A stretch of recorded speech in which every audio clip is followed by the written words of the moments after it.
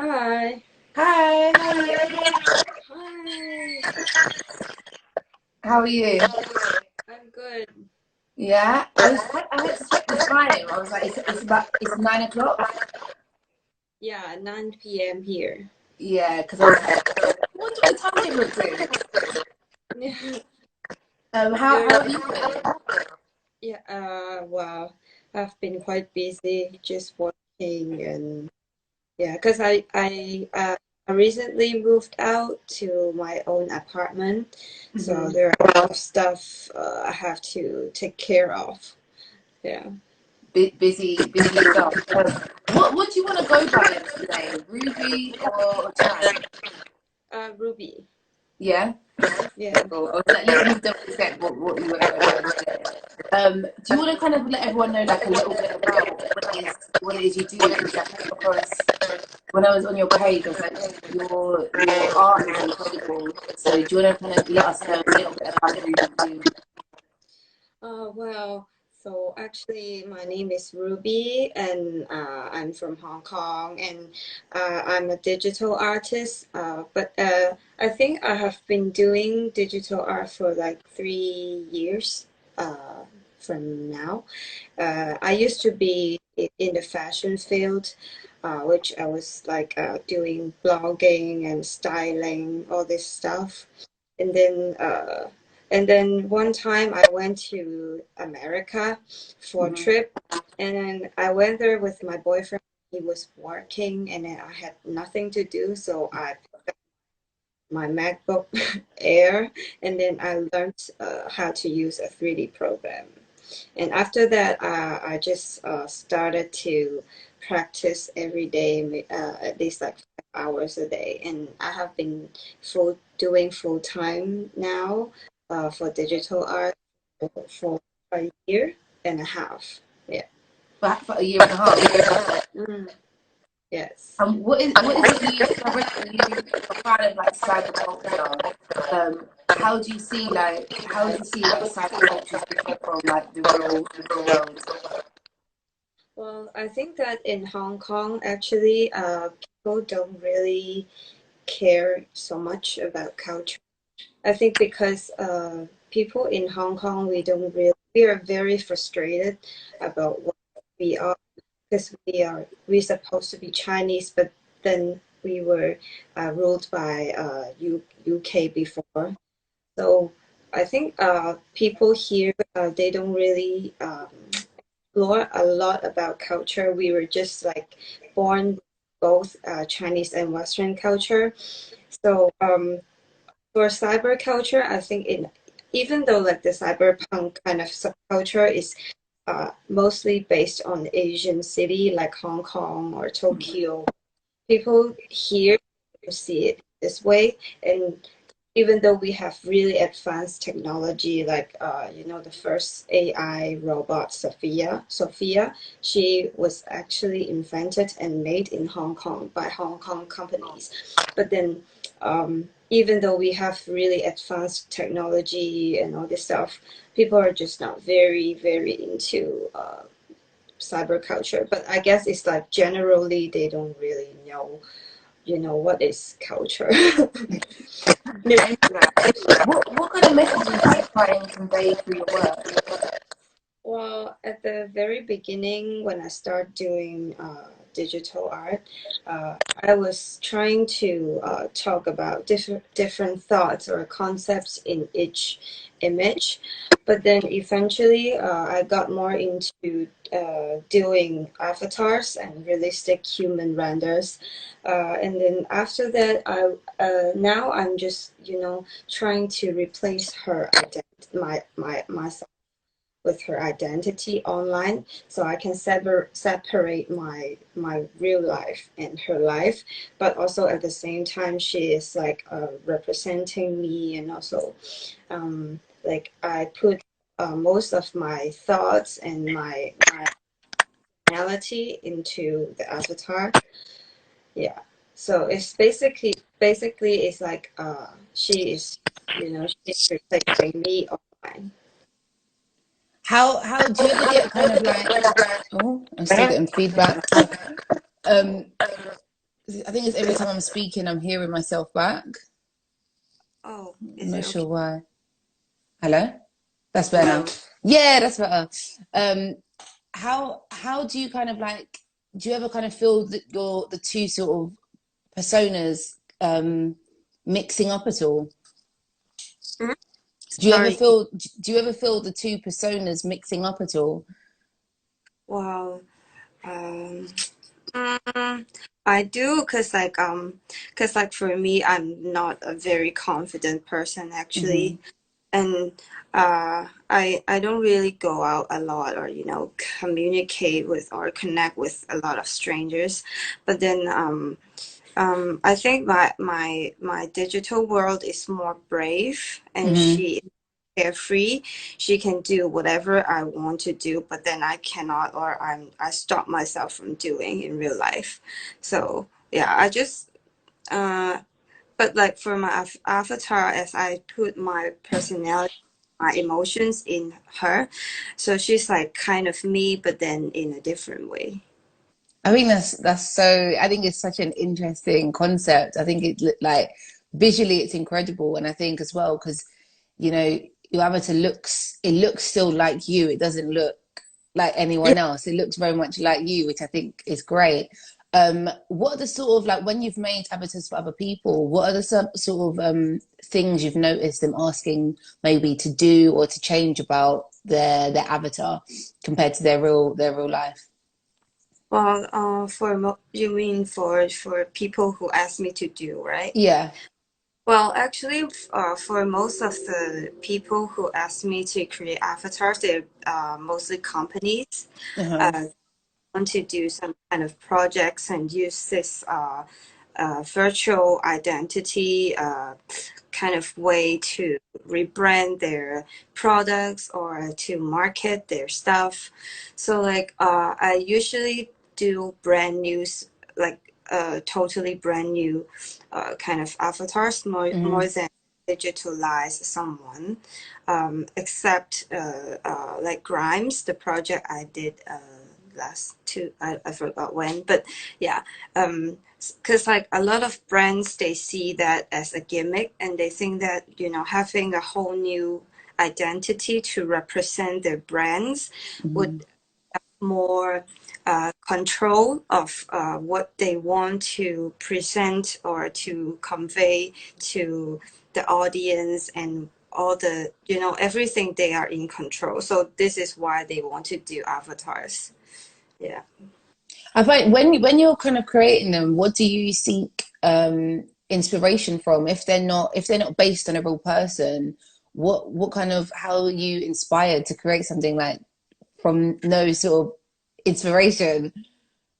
Well, usually I would base on references. For Hmm. example, like provide me some kind of references or preferences they like or they think that is suitable, and then and then I think the way I create avatar is that I'm very detailed, and I pay a lot of attention to humans' facial features a lot, because Hmm. like every feature on our face makes very big difference when the size or the shape or the colors and everything is different. So and I think that also because I like to look at people's face, Hmm. I, I like to appreciate different kinds of beauty, and also especially as I'm an Asian, I'm very familiar with Asians' features, and also that for me as a female, I'm very alert, and I'm Hmm. very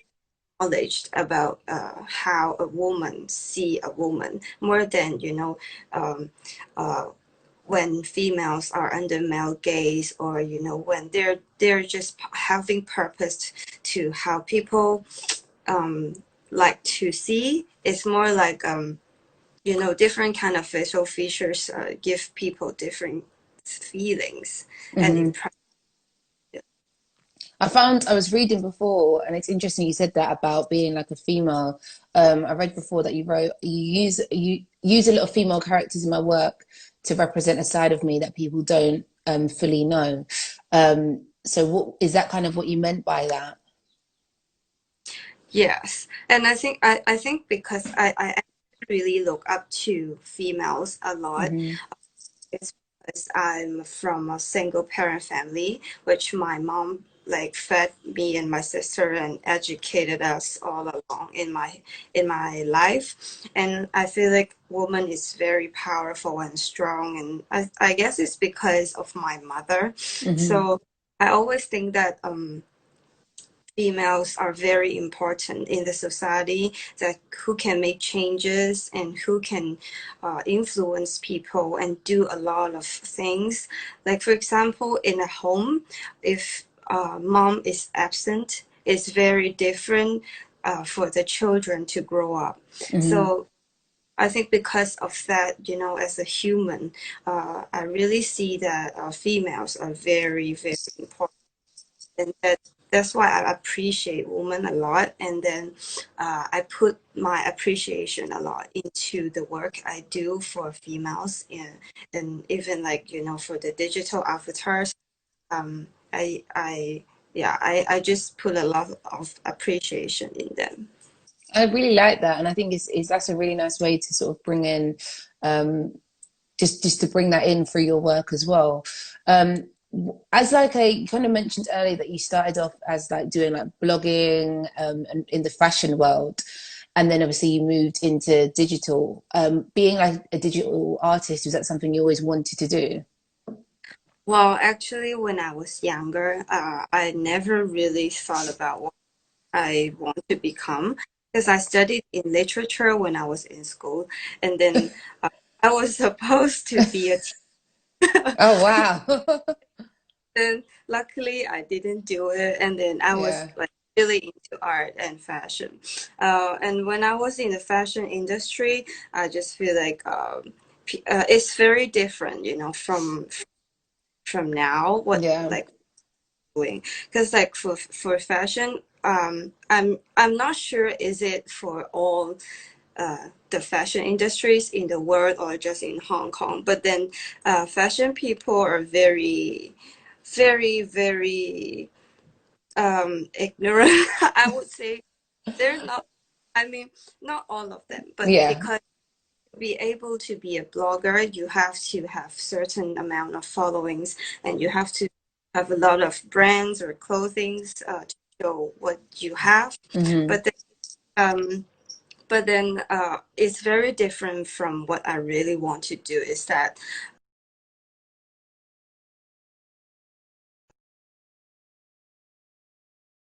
I think, uh, oh, is it Hmm. okay? Yeah. Yeah, it's okay. My Instagram paused. It's fine. Okay. So I was saying I wanted to be more free to express my thoughts more than thinking about what to wear every day, and yeah, stuff like that. So that's why I got into something that I wanted to learn more, and then of course now I still love it a lot, but Yeah. it's just that it's not a career that I want to do. Yeah. I think I saw Axel said agreed fashion is very clicky, but I think also as well when you're doing something like you started obviously off for fun, you started it off as like, like it was your passion. And sometimes when something that is your passion turns into like a job, you sometimes lose the love for it as well. So I don't blame you if you kind of fill out, like you say, oh, I don't really want this to be my career. I can still enjoy fashion, but not having it as a career. What sort of challenges have you faced so far in your digital career? Well, I think at the beginning, my biggest challenge was how to make it full time, how to quit my full time job that I didn't really like to do what I want. But then I think eventually I got a chance, and then I was able to do that. And even for now, I do have a lot of challenges every day. Is that sometimes clients, in the commercial world, people think that digital art and virtual identities are like just gimmicks, or our marketing plan. Mm, really see the potential that digital art could be a very important way to create content, and we do have the future of making digital art becoming not just a gimmick but a long-term thing. Yeah. So I What balance in between. I think that's what you said is it's really true. I think it's like because we're moving away from, I guess, traditional ways of creating art that it's going to take, I think, people a bit of a longer time to sort of come around to the idea of digital art, like you said, and not see it as a gimmick, see it as an actual thing. Who would be some like what would be your sort of dream project to work on, or dream Wow. like someone to collaborate with, or yeah, what would be the sort of like dream? Well, actually, I'm having one my my dream collab that is going to happen, but I cannot tell right now. But it's just really, I really want to be able to help people, not Hmm. just you. What I mean with art and also with technology too. Um, I for art, it's not just it's just it's not just something you like to look at or to be happy or to connect with you. It is supposed to have influences Hmm. people and help the people in need. Um, but talking about collaborators, I think I really look up to Takashi Murakami. He's a Japanese uh, uh, design no artist, and Hmm. did the he made really big changes in the fashion industry back in the 20s, where Oh wow, that's a while ago. he drew like 2D simple graphics flowers, little flowers all over Louis Vuitton bags, and that really I think he changed the whole fashion world from high fashion to street fashion, and I really look up to him. So is that the on most Louis Vuitton stuff, the flowers that's on it? Is that what he done? Oh wow, that's Yeah. so cool. And that was done in the 20s, so 1920. Oh And my God. 2000 Y2K, Oh, it was 2K. Okay. I was gonna say 1920. it was I two was like, oh, okay. Oh, wow. So that's like early 2000s. yeah, Yeah, 2000. okay. Because that's I think I was like, wow, he was really ahead of his time. Do you have any like other role models in the art world that you're like you kind of mentioned this man, but do you have any other kind of like creators that you look up to? Uh, I tend to look up to people in different ways. For Hmm. example, some people, I mean, people are good at different things. So if you ask me if there's like one specific person, I cannot really. Uh, like for me, I really appreciate, for music, I like certain musicians. For artists, I like certain artists. And for entrepreneurs, I do look up to different entrepreneurs. Yeah. Have you got a project so far, like one that you can talk about that's really stood out in your mind that's been like your favorite thing to work on? Uh, well, there's one I really cannot tell, but then, When you can tell, when you can tell us. well, right, recently I'm just working on a lot of commercial stuff, Hmm. but uh, I have been trying to get my artwork print to be, to do metal prints or acrylic prints so I can put it in galleries and do exhibitions. But then because of the virus, then everything just stopped. Yeah, I can imagine. I was gonna say, how has the like pandemic, how has that impacted on, I guess, your work? And I think it has impacted on creatives especially. So how has that affected you? Well, at the very beginning, it really affected me because I in Hong Kong we are like the first city to get a lot of infections, so Hmm. the economy just went really downwards, and then I was not able to have any projects going on. But then eventually it gets better, because I think it's because people, they cannot go out to work and they cannot do actual photo shoot or production. So then they became the companies, they tend to try to do digital. Yeah. Yeah.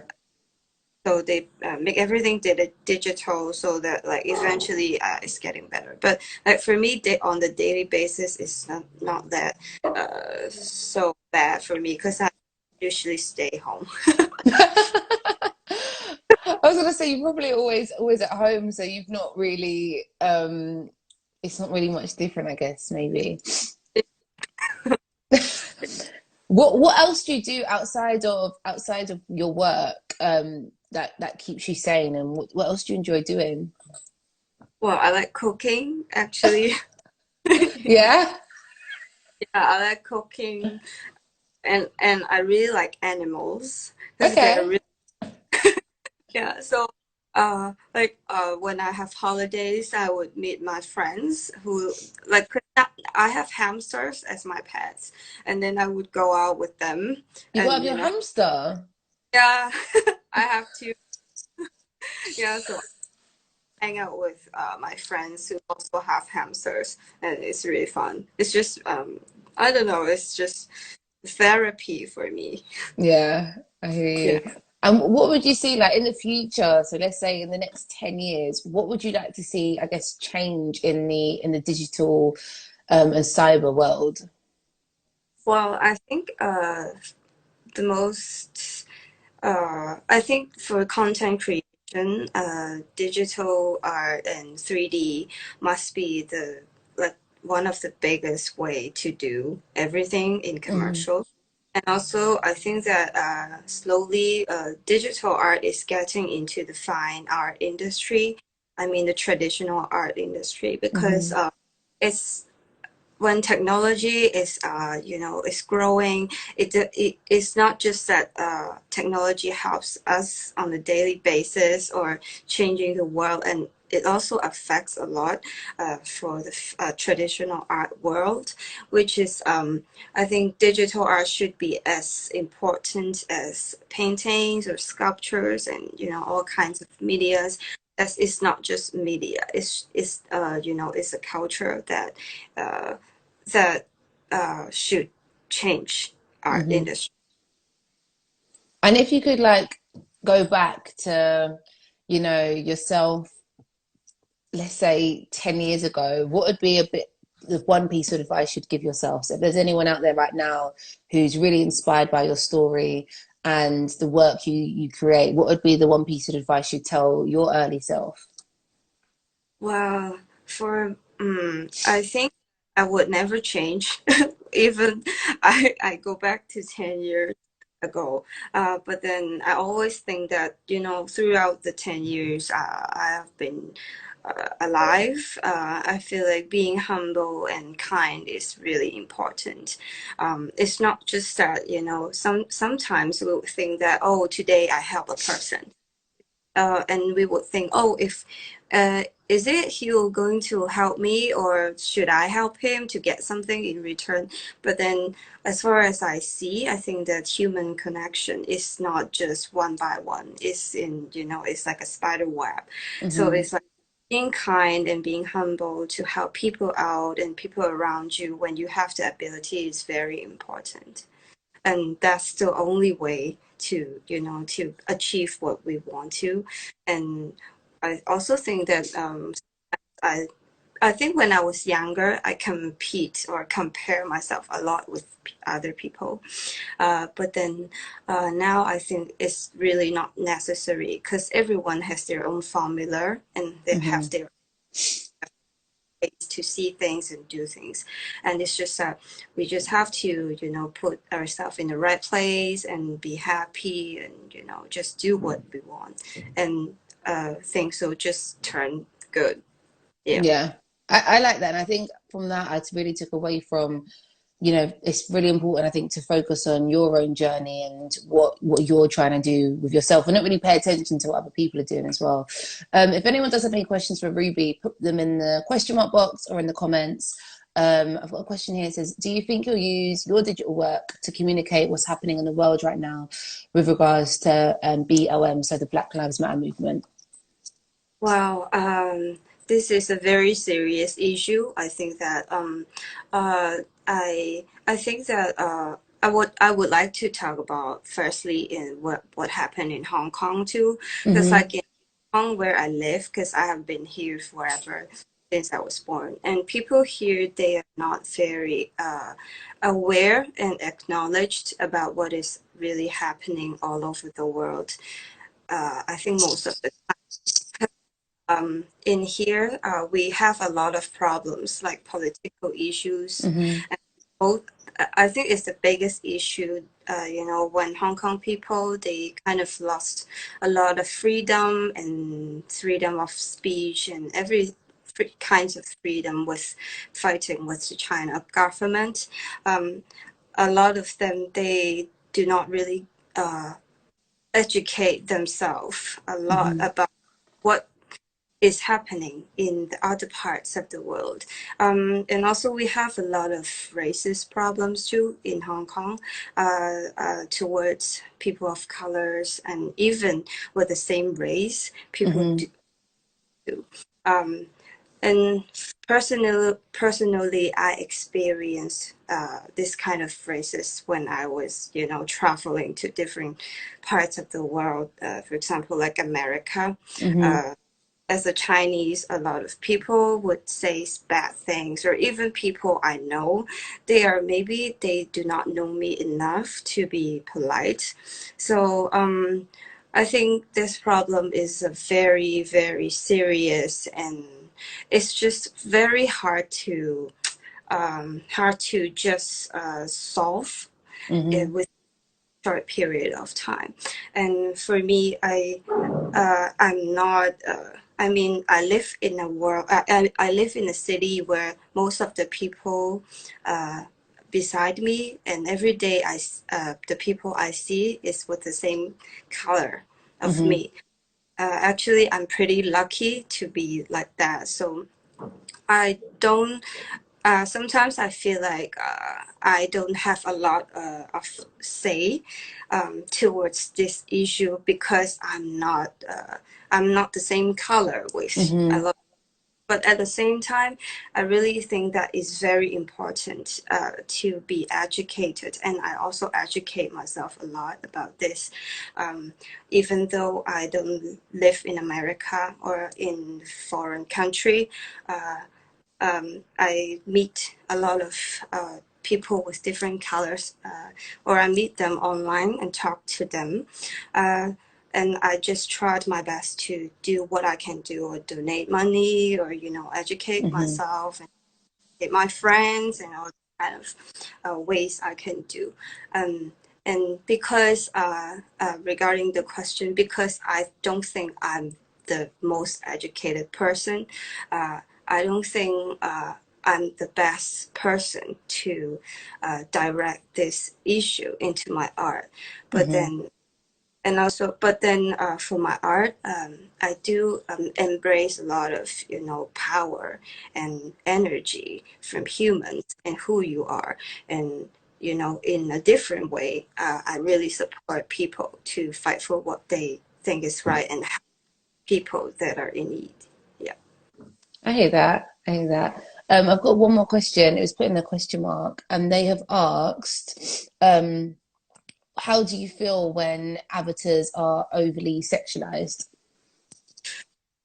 Um, well, I think for avatars, people sexualize them because they mostly appeared in video games a lot. Mm-hmm.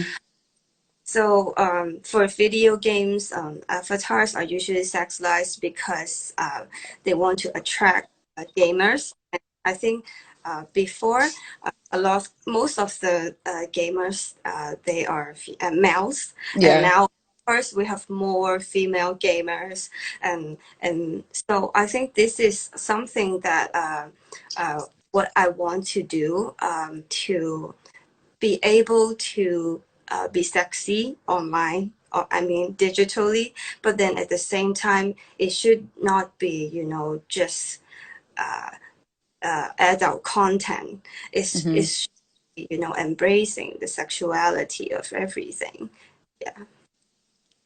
Amazing. Ruby, it's been really good speaking to you. I've never spoken to anyone who's made avatars and been so immersed in the digital art world before. So I've really enjoyed speaking to you today and hearing what you've got to say about everything we've covered. Have you got any last words you'd like to say before we go? Well, I just hope everyone can, be strong and, just chase your dreams and really be happy and kind.